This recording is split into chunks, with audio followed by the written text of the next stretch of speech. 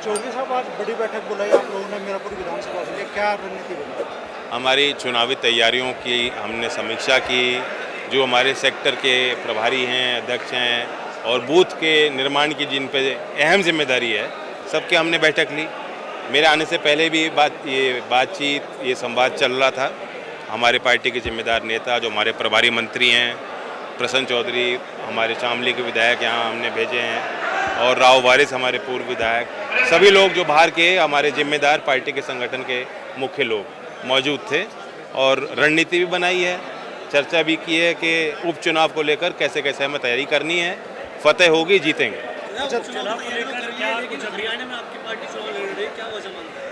नहीं, कुछ ज़रूरी नहीं है कि हम चुनाव लड़ें। वहाँ हमारे कार्यकर्ताओं का फीडबैक था तो हम नहीं लड़ रहे चुनाव। जम्मू कश्मीर अच्छे संकेत है, बहुत सालों बाद वहाँ लोकदल का सिंबल पहुँचा है और लोगों ने हाथों हाथ लिया है, लोग मदद भी कर रहे हैं, अच्छे कार्यक्रम हो रहे हैं, रैलियाँ निकल रही। वोट कितनी आती हैं ये तो चुनाव के बाद पता लगेगा। 10 जो अलग राज्य बनाने की मांग की जा रही है, आप किस तरह का समर्थन करेंगे? आप किस तरह? देखिए, तो ओरिजिनल आइडिया तो हमारा ही रहा हमेशा, राइट? नहीं तो से लेकर आगे बढ़ेंगे सर। देखो, आप ये बात समझो कि आज इस विषय को पब्लिक में छेड़ने की कोई ज़रूरत नहीं। हो सकता है 20 साल पहले हम पूछते या कहते तो पब्लिक को नहीं पता था, आज सबको मालूम है। अब ये फैसले, निर्णय बहुत सोच विचार करके लिए जाते हैं, संवैधानिक सवाल होते हैं, सरकार को लेने हैं। गन्ने का सीजन आने वाला है, गन्ना किसान पक्ष उत्तर प्रदेश का मैंने अभी बताया, बैठक में आप लोग नहीं थे, हमने चर्चा की कि किस तरह से सरकार लगातार गन्ना किसानों के विषय पे कार्य कर रही है। यहाँ मोरना मिल के विस्तार के लिए राज्य सरकार ने अहम फैसले लिए हैं। इसमें बड़ी भूमिका हमारे इस क्षेत्र के विधायक की रही, जो आज सांसद हैं। जब मैं लखनऊ गया था, मेरी मुख्यमंत्री जी से इस बारे में वार्ता हुई और उन्होंने उस बात का समर्थन किया। तो मैं धन्यवाद देता हूँ राज्य सरकार को, मुख्यमंत्री जी को, उनके विजन के लिए।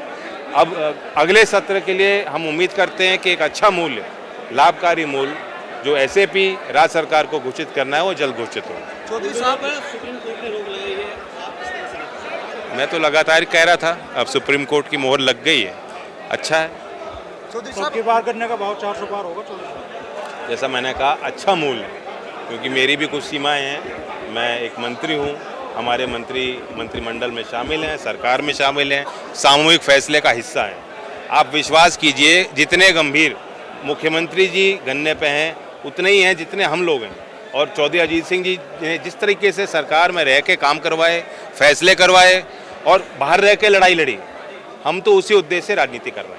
मीरापुर सीट पर आप ज़्यादा आपकी सक्रियता है, तो ये मान लें कि मीरापुर सीट रालोद के खाते में आ गई?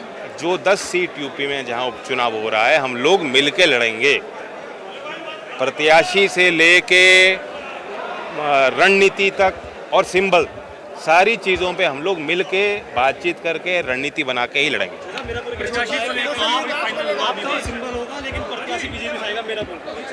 आपको बताया किसी ने? चर्चाएं चल रही है, बीजेपी के नेता कह रहे हैं चौधरी साहब। नहीं, मैं कुछ नहीं कहूँगा। थैंक यू, साथियों को धन्यवाद, आप सबने कोऑपरेट किया, थैंक यू।